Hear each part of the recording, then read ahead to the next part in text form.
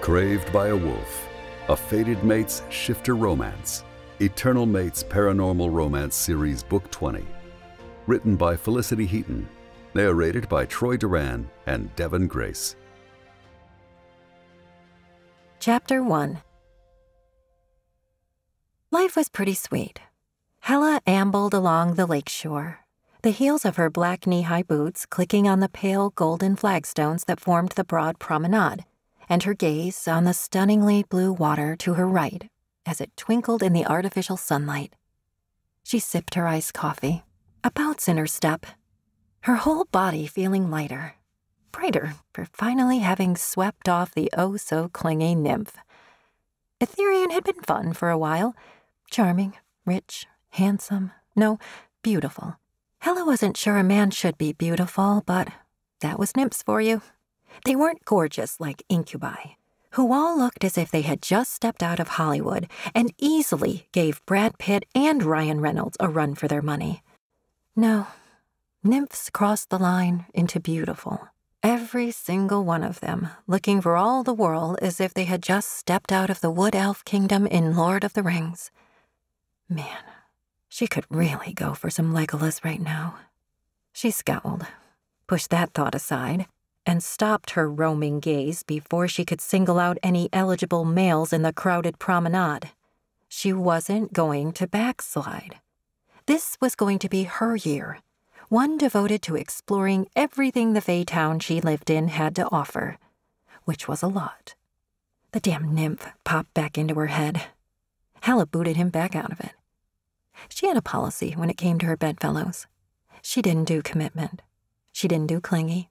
She most definitely didn't do men who cried like babies and begged her to take them back. Hella had flatly told him no and goodbye and kicked him to the curb. For a man who had been desperate to stay with her, he certainly hadn't been calling all hours of the day or making wild attempts to change her mind, which was strange. It might have been a bit disappointing if it hadn't allowed her the space and freedom to expand her horizons. Hella flashed a saucy wink at a pair of panther shifters loitering outside one of the taverns to her left that lined the broad pavement facing the huge lake. The younger of the two took the bait, his smile nothing short of salacious as he gave her a sexy, slow once-over, raking his golden eyes from her hair to her boots and back again. Currently, she was working her way through all the eligible males in the Fey town. She glanced at the buildings that encircled the lake, crammed into the cavern that sat beneath a mountain, and realized that was a lot of men. Phoenix, her incubus best bud, was going to be kept in tonics and pills for a long time thanks to her current foray into sexually exploring every possible species, bar those classified as demon breeds like incubi, to see what suited her taste best. She hadn't tried panther yet. She twirled a strand of her wavy blue hair around her fingers and sipped on her drink, making sure he got a good eyeful of the way she wrapped her glossy lips around the straw. His low growl sent a thrill down her spine as he stepped towards her. His friend put a halt to everything by grabbing his arm and tugging him back and saying something that had the handsome shifter frowning at him. Maybe they were going to fight over her. Two females stepped out of the tavern holding 4 tankards and made a beeline for the males. Hella shrugged. Or maybe not. She turned her cheek to them, no longer interested in what either male had to offer. She also didn't do cheats. Anyone who warmed her bed for a night or two needed to be unattached. The last thing she needed was angry females banging down her door or spreading malicious talk about her. It was bad for business. No one wanted potions, ointments, or spells from witches liable to screw others over. People tended not to separate a witch's personal life from their business practice. If she was known to cheat when it came to pursuing pleasure, she couldn't be trusted to not cheat when it came to the wares she sold. Plenty of witches had fallen foul of that and had been driven out of business, or worse, out of the Fey town in which they lived. Hella took in the elegant pastel pink, cream and dove-gray 4-story buildings that lined the promenade, their lead roofs absorbing the bright sunlight that bathed their facades. They resembled the buildings in Geneva, the nearest mortal town, a classic European air about them. The ones that acted as hotels for visiting immortals had French doors and balconies for each room rather than windows, offering a view of the lake to everyone who stayed there. Others were taverns with apartments above them, and some were shops and other businesses. She drifted towards the large windows that lined the lowest floors of a row of stores, admiring the colorful glass bottles in the perfume emporium and the latest fashions displayed in the next building. Her gaze dropped to her black dress. Witches had to wear black dresses. It was tradition. No one wanted to buy magical goods from a woman in a pink dress or linen slacks and a camisole. A witch had to look the part. Hella had pushed the limits of what was acceptable, testing out several dresses in her years to see how far she could go without turning off her clients and driving them elsewhere. Rather than the drab ankle-length dress many witches wore, mainly those fresh from the coven, she chose to wear knee-length Empire-line dresses or summer dresses that cinched in at the waist and were stitched with faint violet stars. She even wore corseted dresses that showed a little more of her wares than was appropriate according to most circles in witch society. Today she had picked her favorite strapless Empire-line dress, one that had a sheer black layer over the silky underlayer. That top layer was folded into pleats around her breasts, and beneath them there was a delicate band of ribbon embroidered with silver swirls and dots. She always felt good in this dress. It drew the eye to her best assets.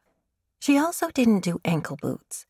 She pushed the boundaries there, too, choosing knee-high leather boots that laced up the front and had a comfortable 3-inch block heel. She eyed a pretty amethyst brooch on one of the dresses in the window display and drifted towards it, her gaze transfixed on it as the polished stone and gold filigree that surrounded it glittered in the warm light.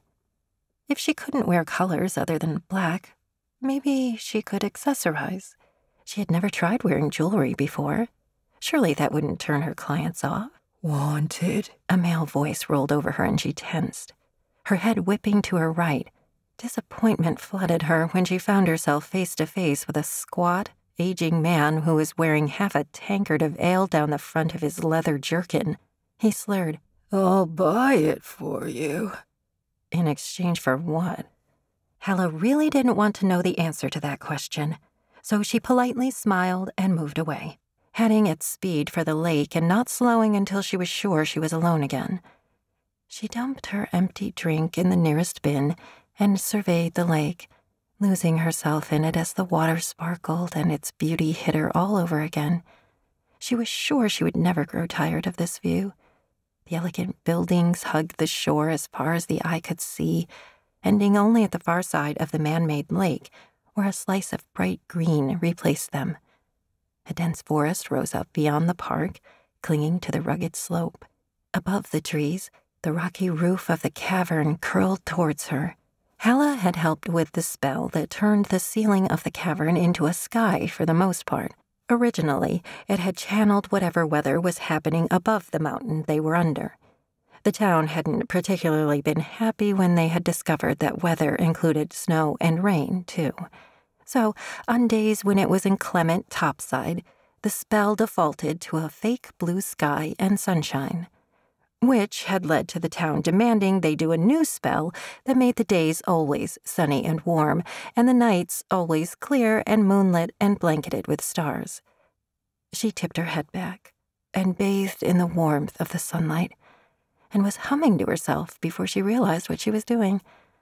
What could she put on the menu tonight? Maybe she could find some eligible bachelor panthers and convince them to warm her bed. If she wandered south into the network of alleyways that connected the broader avenues in the town, she would eventually end up in the area of the cavern where the townhouses and apartment buildings gave way to sprawling walled compounds. The shifters liked their space and had established themselves quickly in the town, grabbing a lot of the vacant land for themselves. One of the compounds belonged to panthers. The one next to it belonged to tigers. The two breeds were always fighting like cats and cats. Still, if she couldn't find a panther to sample, she could always bag herself a tiger. They were excellent lovers, incredibly acrobatic. She had learned a few things from the tigers she had bedded over the years.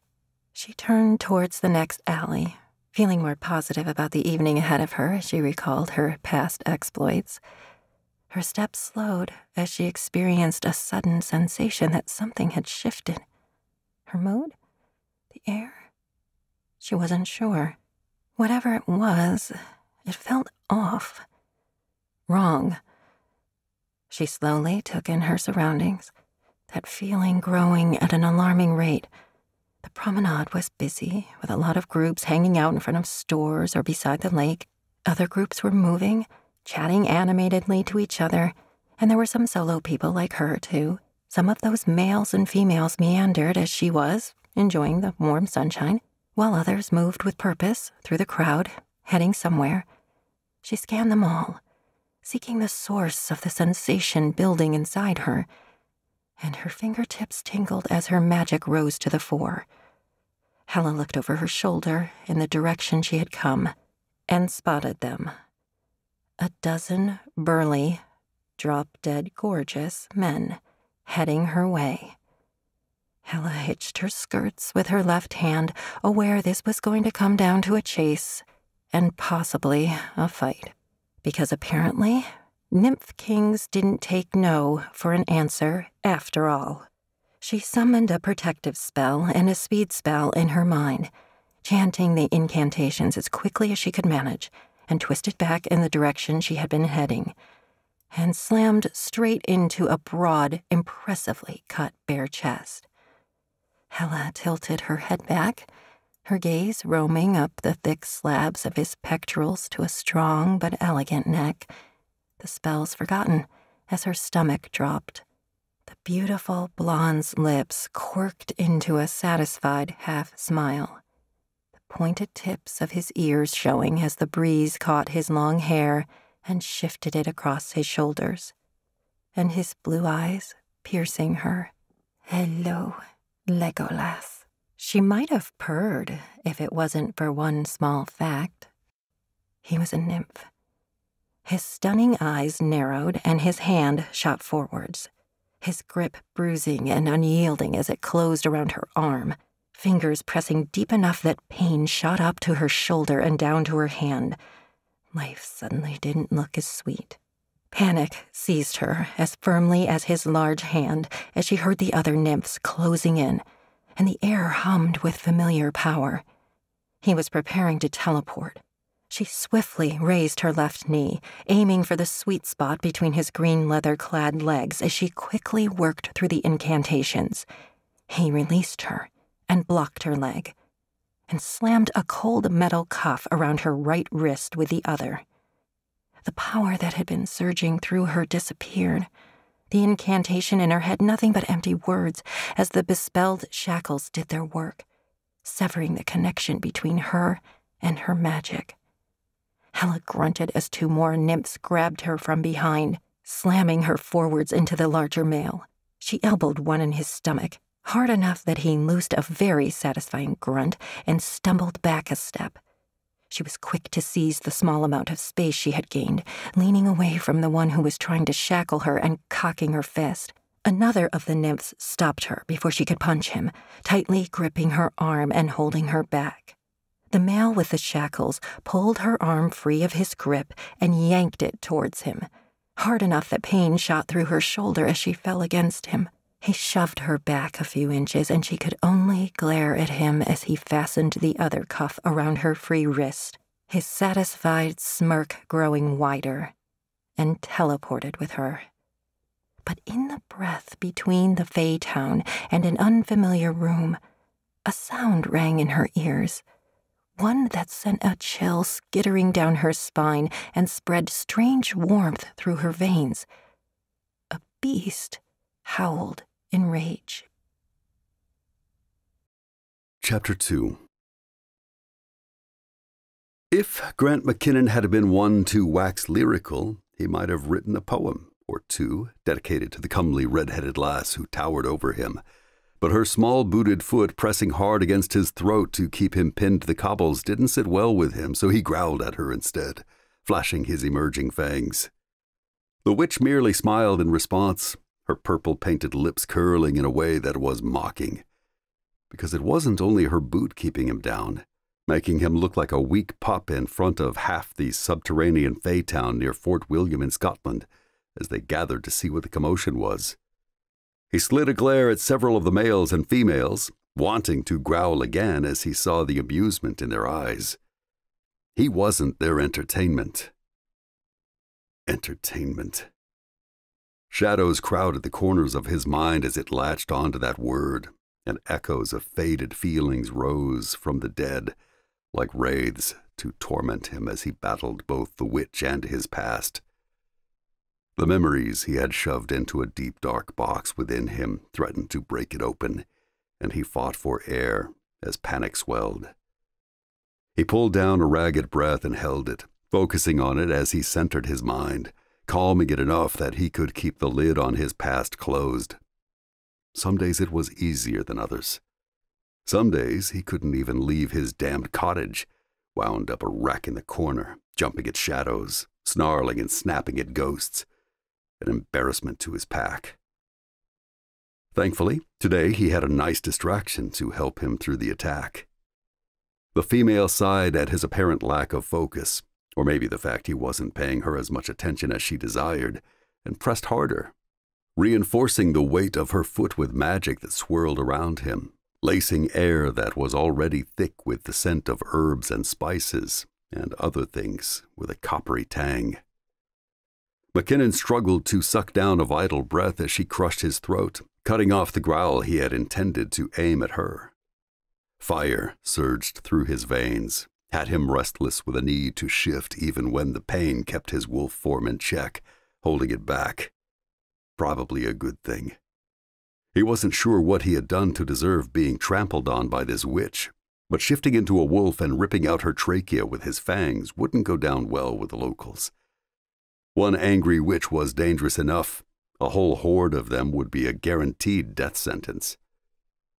But as air became an issue, and those shadows grew darker, stronger, he couldn't stop himself from reacting. He seized her ankle, closing his fingers tightly around it just above the leather of her boot, and shoved upwards. The little witch refused to budge. McKinnon strained, every muscle in his body tensing as adrenaline surged, as he began to feel caged and panic broke to the surface, lacing the rage burning up his blood. His fingers pressed into her flesh, digging deep as his claws emerged, adding the metallic scent of her blood to the air, and he shoved upwards again as he called upon all his strength, sure it would be enough to remove her. He was an alpha, after all, a position he had attained through a series of battles to the death, as was the way with his clan. He had cut down no fewer than 4 contenders, laying even the biggest of them low, so a delicate slip of a female shouldn't be a match for him. And yet, he couldn't move her. Didn't even make her sway as he exerted all his strength, gripping her ankle so fiercely that he had to be hurting her. Her eyes didn't even water. Her lips didn't even twitch. Not even when he dug his claws deeper and shredded the leather of her boots to slice through the flesh beneath. Her blood spilled over his fingers and their audience tensed. McKinnon tensed too, waiting to see how she would react. She cast a black look at her leg, and the blood that glistened on his fingers, huffed and pressed harder, shoving the heel of her boot into his throat with enough force that dark spots winked across his vision. The redhead leaned over him, her hair swaying away from her ankle-length black dress, and planted her hands on her shapely hips. She sneered. "Hear me, and hear me well, Grant McKinnon of Clan McKinnon." And then she spewed something that might have been Latin, or ancient Greek for all he knew. And the hairs on his nape rose to stand on end, and his wolf cowered as a current ran down his spine, and the air around him charged with electricity. The bitch was casting magic on him. McKinnon grabbed her ankle in both hands now, his wolf lunging forwards to snap and snarl as that part of him detected the threat, saw an enemy it wanted to take down and a cage it needed to free itself from. A cage. The lid on his past blew right off the box and all the dark, ugly things spilled out. He growled and bared his fangs, snapped them as fur rippled over his skin in response to the fierce need to escape, to the memories that surged up like a black tide, threatening to swallow him. When he still couldn't move the witch, he cast a desperate look at several males. None of the bastards looked inclined to help him.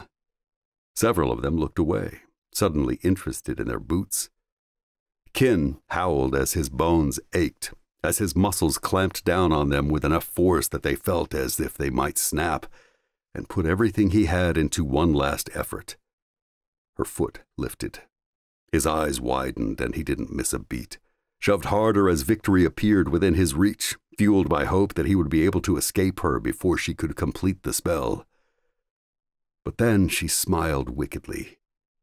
He howled again as every molecule in his body vibrated, a chain reaction that began in his toes and his fingers and swept through him to collide in his chest.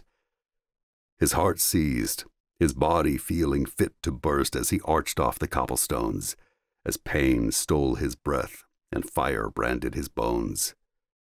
The world wobbled, the ground pitching, and he labored for air and fought the encroaching darkness as his vision tunneled, the witch becoming little more than a smear of crimson and black against a blur of white and turquoise.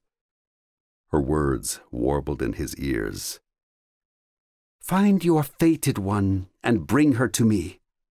Kin mentally flipped her off as he clung to consciousness, as the pain tearing through him began to ease and the fire began to abate, and his muscles turned to liquid. He wasn't about to hand over his fated female to anyone. He didn't even know who she was.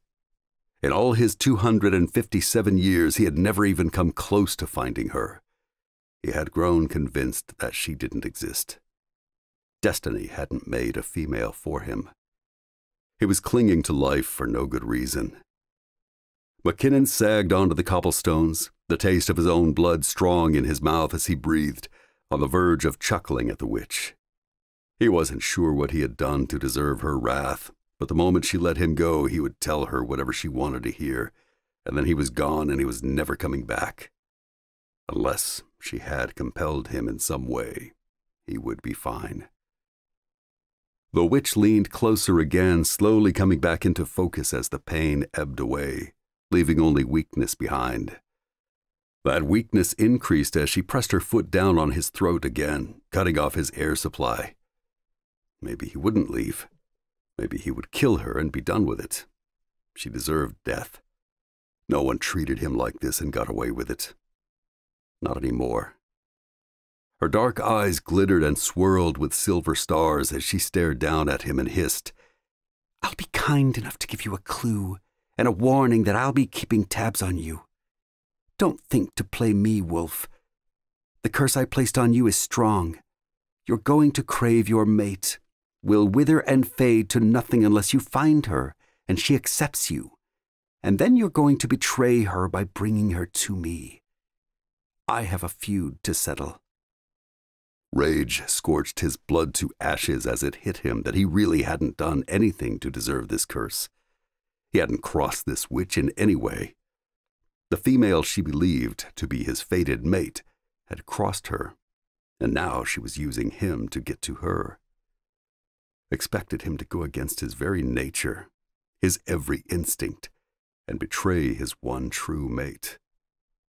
McKinnon snarled as he pushed her foot up, black fur sweeping over his bare forearms from beneath the rolled-up sleeves of his dark gray Henley, and his nails lengthening back into claws.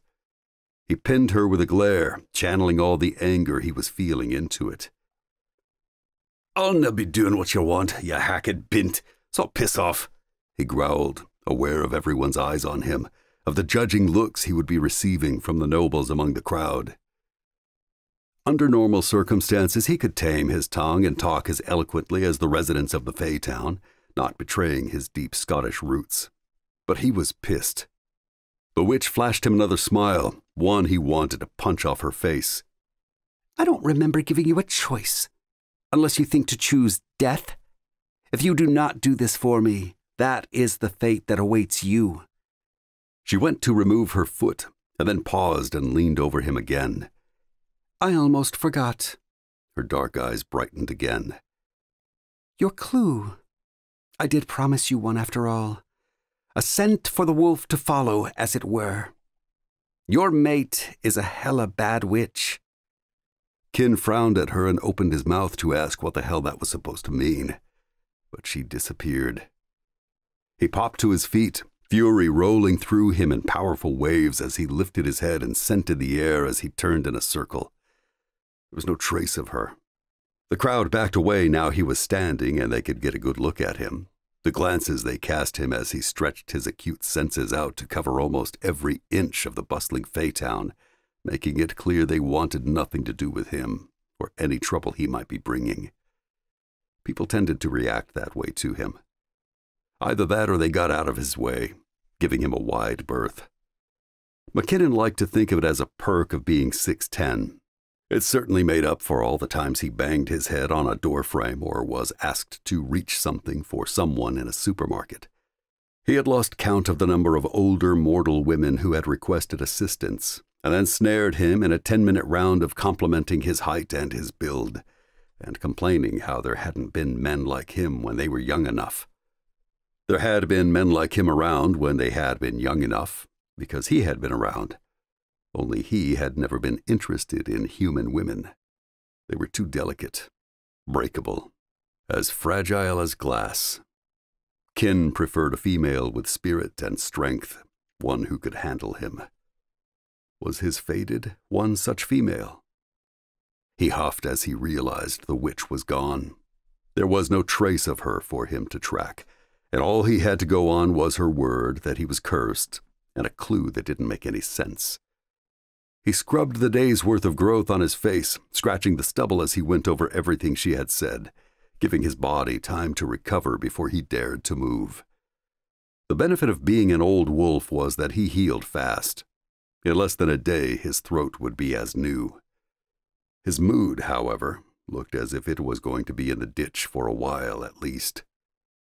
What the hell was the clue? The hacked witch hadn't told him a thing he could use. Not even her name, so he couldn't hunt her down and press her for more information, or kill her and hope it lifted the curse. He growled, if there even was a curse. And even if there was, he wouldn't trust a word the witch had said. She had known him, sure, but that didn't mean she was telling the truth about the existence of his fated female. He had a reputation around town, and there weren't many other 6'10" alpha wolves in the area. In fact, there weren't any.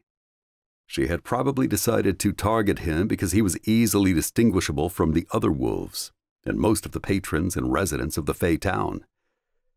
He had been an easy target, one she could cast a spell upon to make him believe whoever she wanted was his fated one, giving him a reason to find her. Doubt began to spread through him, his logical mind swift to lock on to his theory that the female this witch wanted him to betray wasn't his mate. She was just another witch, and he had just been in the wrong place at the wrong time. Kin shoved his fingers through his dark hair, tousling it as the crowd dispersed, returning to their business and leaving him standing on the cobblestone road that arced through the witch's district in the direction of the town square. He drew down a deep breath, coughed as his throat ached, and the thick scents from the copper stills bubbling beneath the colorful canopies that stretched outwards from the white 2- and 3-story buildings burned his lungs. A few of the shop owners had remained outside and were watching him with curious eyes. Several of them went back to tending to their collections of clay pots and jugs as he glanced at them, making it clear they didn't want to help him. There was one way of finding out whether he had been bespelled, and if it was possible that spell was a curse, and one designed to trick his mind and his body into believing this witch he was meant to find and betray was his mate. He could ask another witch. Kin made a beeline for one of the shops. For a breed that preferred to wear black, the witches loved a splash of color. The roofs of every building in the district were made of green, blue, and gold tiles that undulated like great serpents, and jewel-toned canopies adorned with crests and writing extended from every one of them, providing shelter for the stores that spilled out onto the wide pedestrian street.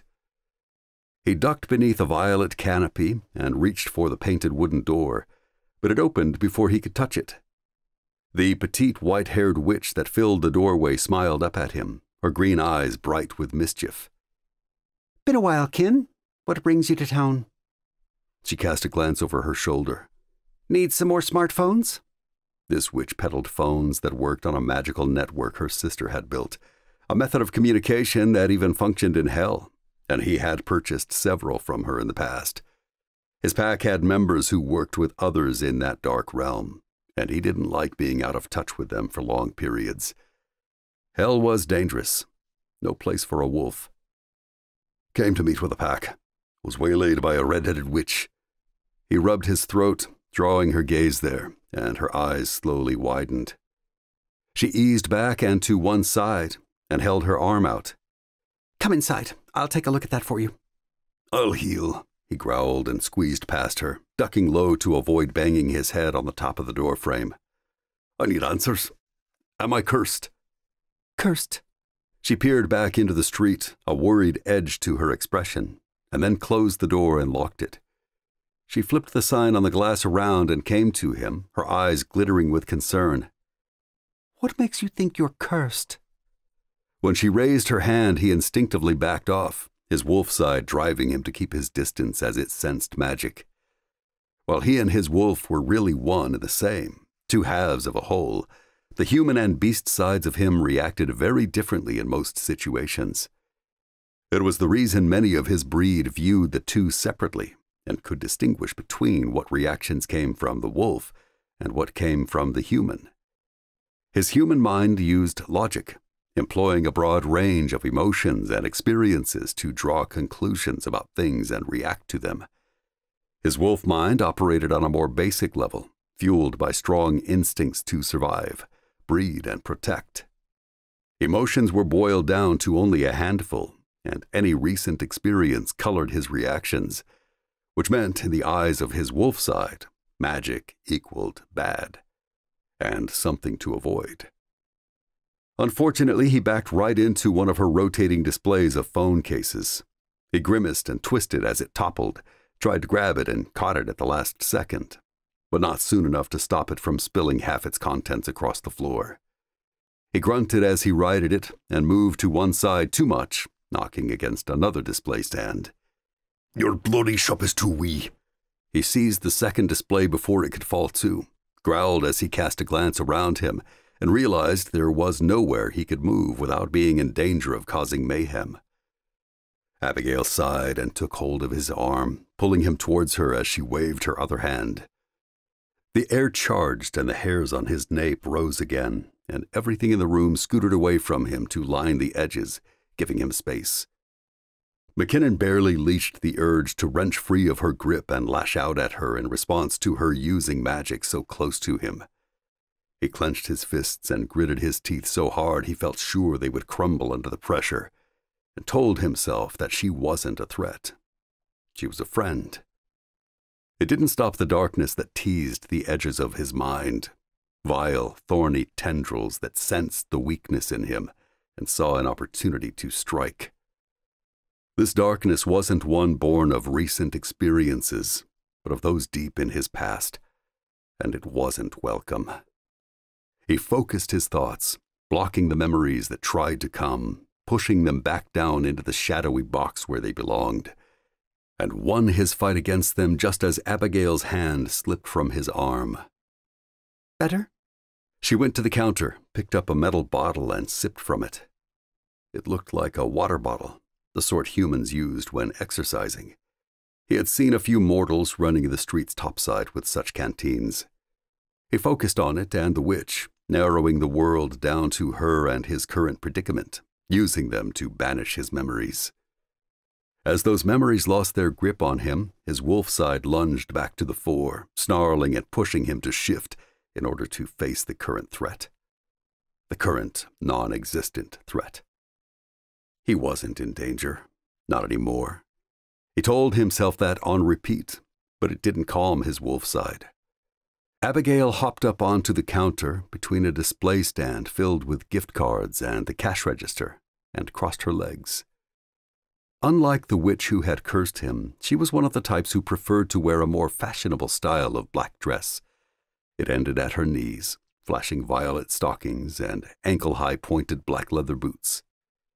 "Come closer." She waved him towards her.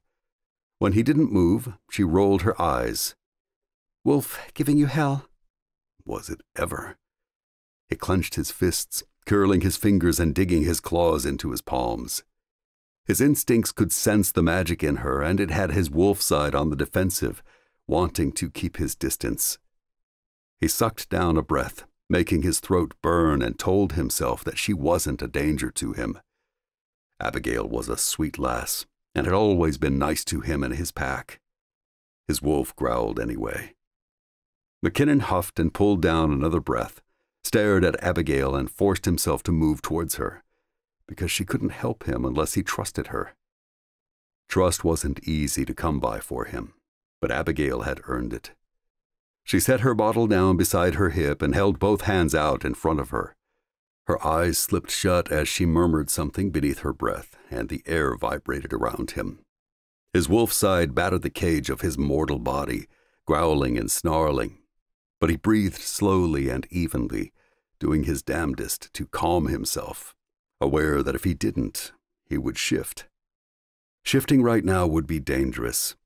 His human mind, the logical side of him, would be subdued by his animal instincts.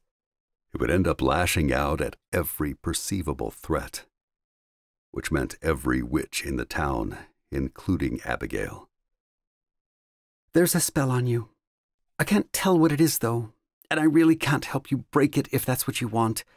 I'm not that good at this sort of thing." Abigail's voice held a note of apology, or possibly regret. Her eyes opened and lifted to lock with his as her pale eyebrows furrowed.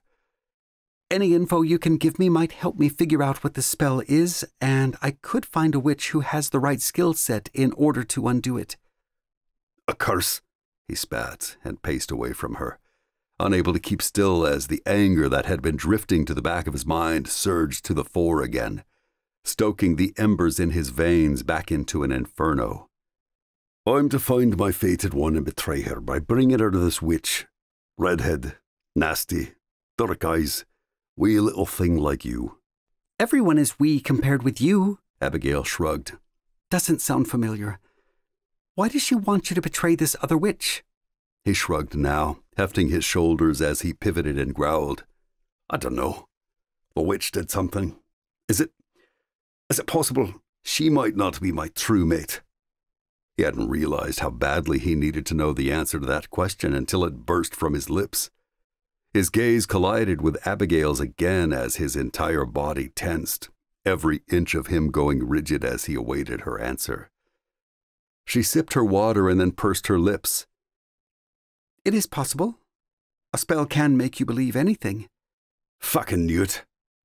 He snarled and twisted, stalked away from her to the other end of the shop, which took all of 3 strides, and barely leashed the urge to lash out at the bottles and boxes stacked on a cabinet there. Abigail would make him pay for any damages, and the price tags on some of the items was enough to put him off unleashing his rage on them. He settled for growling instead. "She's playing me." "Or not," Abigail put in. "It is entirely possible this witch you are meant to betray is your fated one." He huffed at that. "No way. How could a witch know who my mate is?" "A spell, maybe? Imagine the money you could make off it." Her eyes lit up, as if she was already counting the cash in her head. And then she sobered. "But it would be one hell of a spell. Something like that. It would cost a witch a lot. I'm not talking coin either. Dark magic. I've read books, heard rumors like any other light witch. Some dark spells want blood." "Doesn't sound so bad," he muttered. "I'm talking blood like shaving years off your life blood. Dark magic likes a sacrifice. It craves power, and it gets it from leeching the life from the witch casting it. I even heard a rumor once that a spell killed a dark witch the second she cast it." Her tone was matter of fact, but there was a wariness in her eyes, as if just talking about such things was forbidden and liable to get her into trouble. Light witches tended to avoid anything to do with their darker counterparts, and Kin was beginning to see why. Why would a witch be willing to put herself through that just to settle a feud?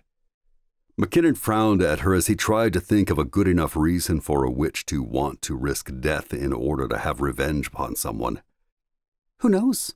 She gave him a look that said they would have to be crazy. "But a spell could find my mate. This could be real."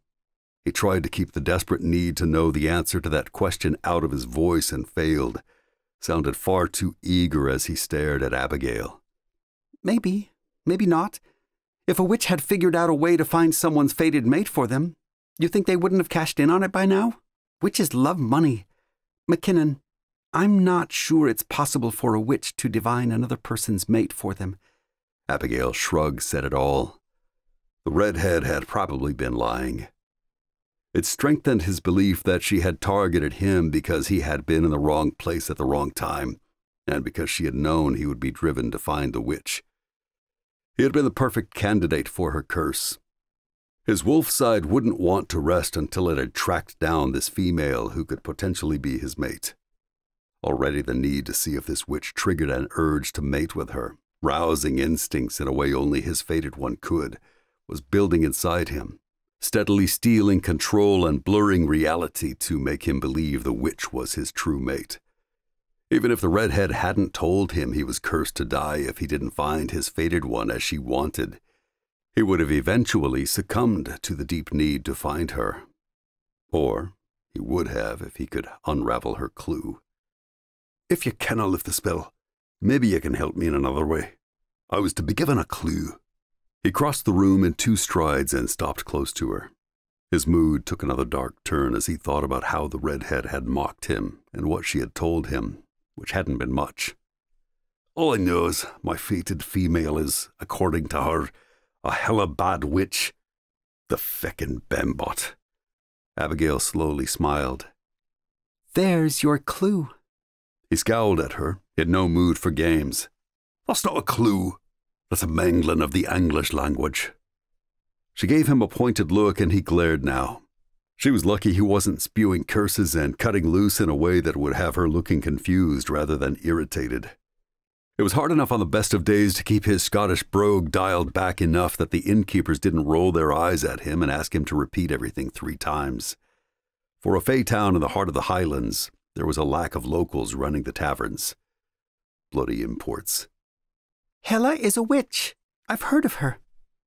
That had all his focus locking on Abigail again, the innkeeper's forgotten as his heart thumped against his ribs and his blood pounded with a need to make her repeat what she had said so he could be sure he had heard her right. "Is she local?" Kin tried to imagine what kind of wild lass would come with a name like Hela. Probably the sort who would kick his arse to the moon and back if she knew what he had planned for her. Could he really hand over his fated female to the redhead? He scrubbed that thought. She wasn't his real fated one. If she triggered any instincts in him, it was thanks to the spell. The redhead had employed a cunning trick to make him do as she wanted, because as much as he wanted to return to his pack and forget about this so-called curse she had cast on him, he couldn't. He needed to find Hela. He needed to see her. "She's not local." Abigail slid off the counter and moved around it. Damn it. It made sense, he supposed. Why would the redhead send a wolf to track a female if she was already in the vicinity? He frowned.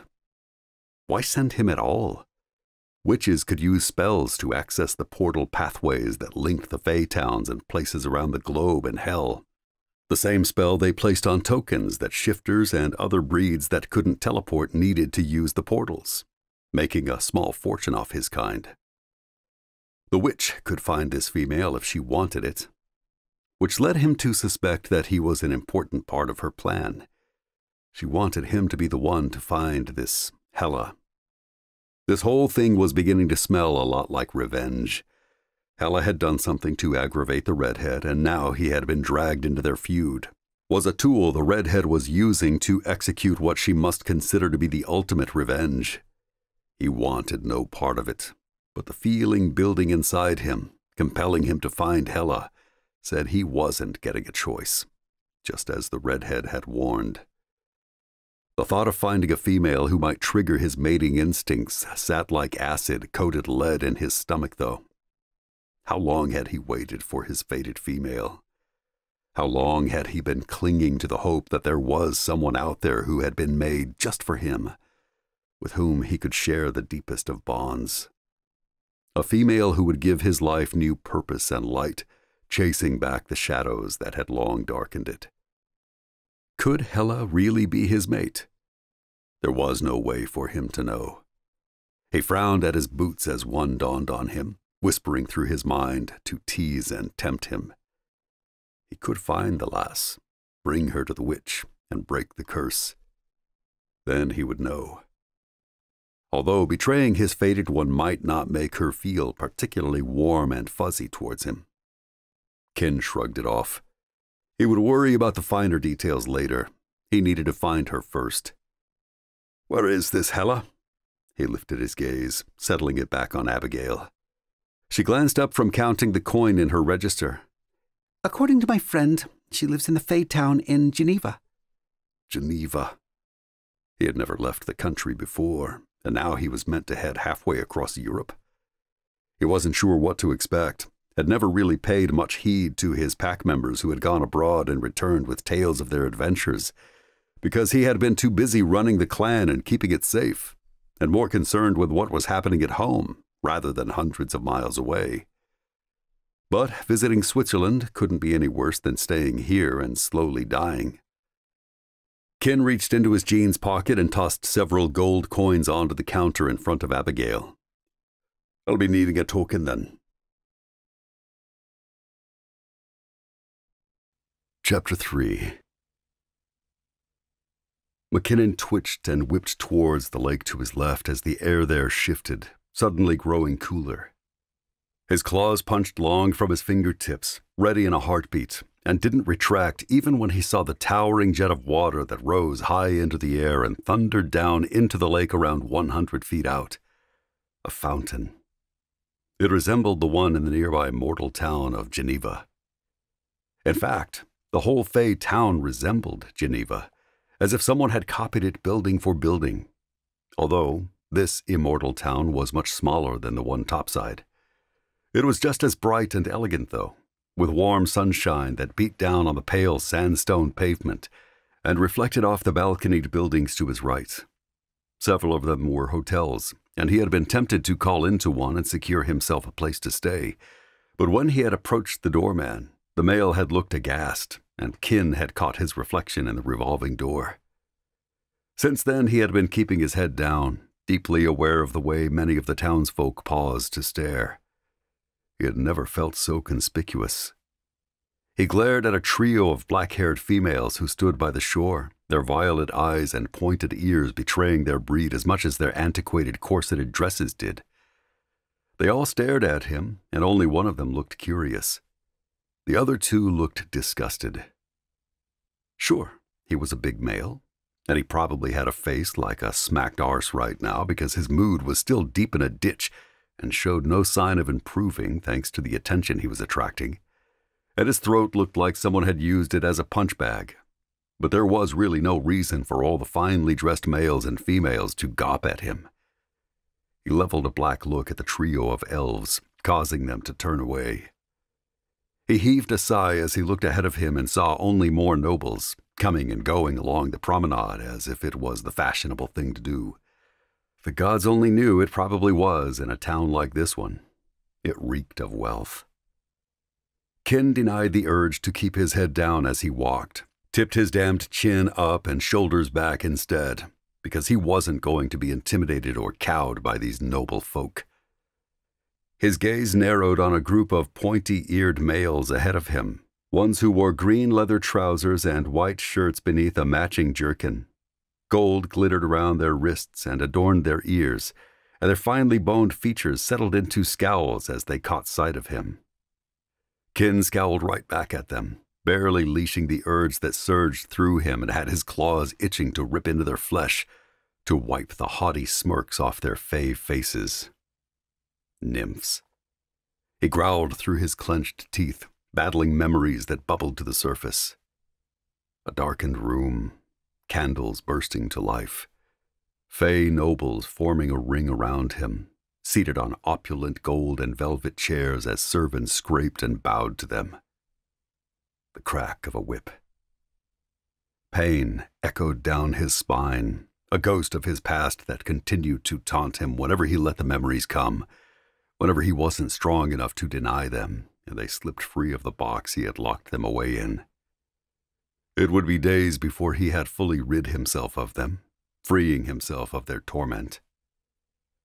A sensible side of him said to move on, to ignore the nymphs because they couldn't provide him with the information he needed and, therefore, they didn't matter.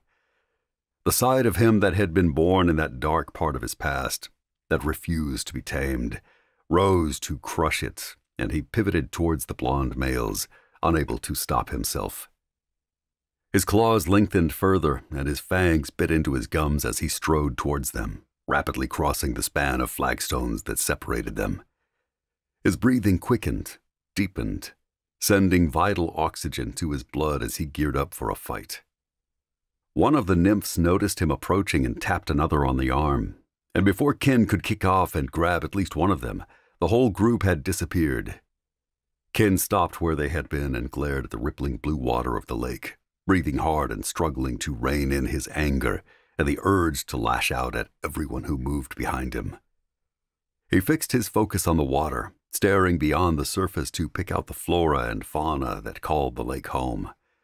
He tracked a school of small fish, bewitched by how their silver sides made them flash whenever they changed direction, and how they moved as one, in perfect symphony. The scent of herbs and metal filled his nostrils. McKinnon turned and looked over his shoulder, seeking the source of it. He pivoted when he spotted two witches strolling along the street. They paused in front of the window of one of the stores. He crossed the broad stretch of pavement to them, not failing to notice how their slight shoulders tensed beneath their plain black dresses as he closed in. He glanced at his reflection in the window they faced, locking gazes with the one on the left, and swallowed to wet his throat as he ran his hand over his wild, dark hair. "Excuse me, lasses. I was wondering if you could tell me where I could find a witch named Hela." He made a point of stopping a good 6 feet from them, attempting to show them that he wasn't a threat with his body language as well as his gentle tone of voice. They turned to face him as one, ran an assessing gaze down him, and then spoke to him. In German. Their tone wasn't even close to gentle. It was abrasive, with a dismissive note. Before he could try again, they hurried away from him. Ken growled at his reflection in the clothing store's window, baring his fangs, because he must have asked at least 24 witches about Hela now, and none of them would tell him. He doubted they didn't know her. There was always a glimmer in their eyes, a spark that betrayed them, and said they knew exactly where to find the female he was seeking. They just didn't want to tell him. He took in his appearance, taller than most witches by a good 1.5 feet, probably 3 times their slender weight and muscle. Scruff on his face, unkempt hair that looked exactly how it should given how many times he had clawed, raked, and shoved his fingers through it in frustration over the last few hours. Eyes that were currently more gold than gray because his wolf side was at the fore, his temper way beyond his control, and a pretty black and purple bruise across his throat. He could hardly blame the witches for not wanting to tell him where to find one of their own. Kin huffed. Maybe if he schooled his features a little and tried to appear more approachable and less homicidal, then they would speak with him. He doubted it. Witches were quite protective of their own, but it was worth a shot. He tried out a few faces, attempting to appear charming as he smiled at his reflection, and probably looking like he was losing his mind. A shiver skated down his spine, and his wolf instincts growled at him that someone was watching him. He shifted his gaze to the left, catching the reflection of the 3 females who lingered a few feet behind him. Pretty wee lasses.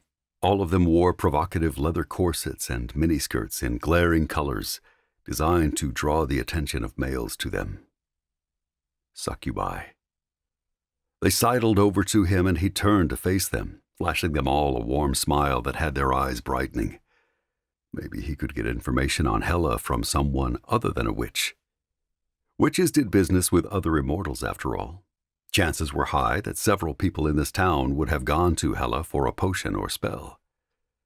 The tallest of the succubi, a delicate pink-haired beauty who stood a good foot shorter than him despite her stiletto boots, offered a smile in return and stepped ahead of her sisters. She paused only inches from him and stroked a small hand down his chest as she faux purred at him. "You look like you need to let loose," she murmured, her voice like honey, sweet and tempting him to dip his head and have a taste of what she was offering. He kept his spine straight and resisted her allure, letting her feather her fingers over his chest to the open V of his dark gray Henley. She teased the strip of flesh there, her glittering blue eyes growing hooded. "Been a while since we had one as strong as you in this town. Visiting someone?" She grazed her fingers across the dip between his pectorals. The shorter of the other 2 came up beside him and stroked her hand down his forearm and pushed the long sleeve of his top up to reveal skin. She leaned in and licked it and groaned. He tastes like sunshine." "No tasting," the 3rd one barked and pulled her off him, shoving her aside. She grinned wickedly. "At least, not unless I can get a lick of this pop, too." "Lasses, there's plenty of me to go around." Kin held his hands up and smiled. The 3 succubi sank into each other on a sigh. "Did you hear that voice?" Pink Hair said with a dreamy smile at her sisters. The shorter brunette female swayed towards her. "Did I? When was the last time we had a Scot? Makes me ache just hearing it. Do you think he knows how to put it to good use? I could probably feed off him just talking to me." The older of the 3, a pretty button-nosed blonde, edged her hand towards him. Kin grinned down at them, aware they were saying whatever it took to lure him under their spell and make him part with his coin, but enjoying it nonetheless. "I'm here on business, but perhaps I could be enticed to take a small break from my hunt, if you would be so inclined to help me." "Be so inclined?"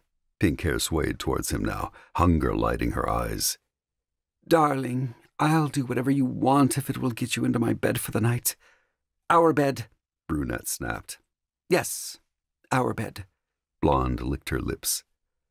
All 3 of them sidled closer, crowding him as they gazed adoringly at him, as if he had just fallen out of heaven or a dream. Their scents swirled around him, fogging his head a little, and he focused his mind, on his guard against them, because he had no intention of parting with his coin or indulging these succubi in any way, mostly because he would probably end up parting with his life. As strong as he wasn't sure he could handle 3 succubi feeding on him. He drew down a breath as he tried to decide how to ask them about Hela, and the fog in his head grew thicker as an intoxicating scent filled his lungs. Like a blend of fresh rain on heather moorland faintly spiced with cinnamon. Kin breathed deeper, unable to get enough of the scent, and his muscles clamped down on his bones as his blood heated. His wolf side lunged to the fore and his fangs lengthened, his claws emerging as hunger rolled through him, fiercer than he had ever felt it before. It was a trick. A power the succubi were wielding to pull him under their spell and into their bed. Only when he bent his head to sniff their necks and scent them, it wasn't any of them who smelled so enticing. He groaned as his cock stiffened in response to the scent as it grew stronger and seemed to invade every cell in his body and hijack it. His head clouded more rapidly, thoughts blurring and fading to the background as instinct stole control. He desperately scanned the crowd on the promenade, seeking the source of the scent, and froze when his gaze landed on a stunning blue-haired lass with emerald eyes. A chill skated down his spine and his shaft went hard as stone. It was her. She was the source of the scent. She was his fated one. He felt it in his bones, his soul. This female had been made for him, was meant for only him, and she would be his. He shoved the succubi aside, unaware of them now, the world narrowing down to the beautiful lass fate had created for him. Hela. McKinnon drifted towards her, powerless to resist her pull. The need to be close to her was strong, and she hadn't even noticed him yet. How desperate would he be to be near her, pressed against her and holding her in his arms when she did see him? The urge to gather her to him was already overwhelming, his awareness of the world coming back as instinct growled that his female was parading down a busy street in a black dress that highlighted her figure, drawing the eyes of other males. She stiffened, her body locking up tight. Was she aware of him? He tracked the path of her gaze as she tossed a look over her shoulder to a group of bare-chested nymphs. Her panic hit him like a shockwave, rocking him back on his heels, and he growled and kicked off as the dozen blonde males made their move, launching towards her. He wasn't sure what this female had done to deserve the wrath of a witch or a pack of nymphs, and he didn't care. Every fiber of his being howled at him to protect her, and he would do just that. He charted an intercept course, shoving men and women aside, not caring where they landed as he locked his gaze on the two nymphs leading the charge. He sensed the female move, felt her fear. Instinct demanded he go to her, had him twisting on his heel and barreling into two shifter males. The black-haired man went down hard and he leapt over them, ignoring their yells, his gaze wild as he sought the witch. A larger nymph had her in his clutches and was holding her tightly despite her attempts to break free. Kin snarled and gnashed his fangs when her fear cranked up a notch, and he spotted the reason why. The bastard had cuffed her. The bright silver band of metal around her delicate wrist glinted in the sunlight as she desperately struggled. Kin grabbed a female and pushed her out of his way, into a group of males, his heart hammering as the other nymphs reached Hela. Her green eyes shone with terror as she looked up at the male who held her, one who towered as tall as Kin and probably weighed as much in muscle. Not that it was going to stop Kin from tearing the male a new one and teaching him the error of his ways. No one touched his fated female. Kin cocked his fist as he lunged towards the bastard, aiming at the back of his head, determined to knock his teeth out from behind. He threw a punch as soon as he was close enough, and hit nothing but air as the fiend teleported, taking his wee witch with him. Rage burned up Kin's blood, and he couldn't hold back the feral howl that rolled up his throat, tossed his head back and let loose, pouring all his fury into it as his spine bowed forwards, his claws like talons as he dragged his hands down to his sides and every muscle in his body tensed. Black fur swept over his skin and he itched all over, his bones aching as anger had him close to shifting, the need to track his female bringing his wolf to the fore. He managed to find the strength to deny it and clung to his mortal form as he twisted towards the succubi who had been flirting with him. They were huddled together in front of the shop still, a sea of fallen men and women between him and them, all of which looked ready to tear him a new one as he stalked through them, heading for the succubi. "Where do the nymphs live?" he snarled as soon as he was close enough to his prey, and when none of them answered him quickly enough, he shot his hand out and gripped the throat of the pink-haired one. He dragged her against him and flashed his fangs in her face. "Tell me where the nymphs live in this town." Her eyes widened and she shook her head, her hands coming up to grip his arm as she choked. "Not here." The brunette pressed her hands against his chest, trying to push him away. "They don't live here." "Lies," he spat, because he had seen other nymphs during his search for Hela. They had to have a building or two here in the town somewhere, a place they called home.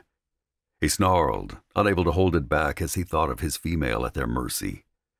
Nymphs were sexual predators, using their beauty and charms to seduce unwitting females. He had seen the breed at work with his own eyes, had watched them pull even unwilling women under their spell, convincing them to surrender to them.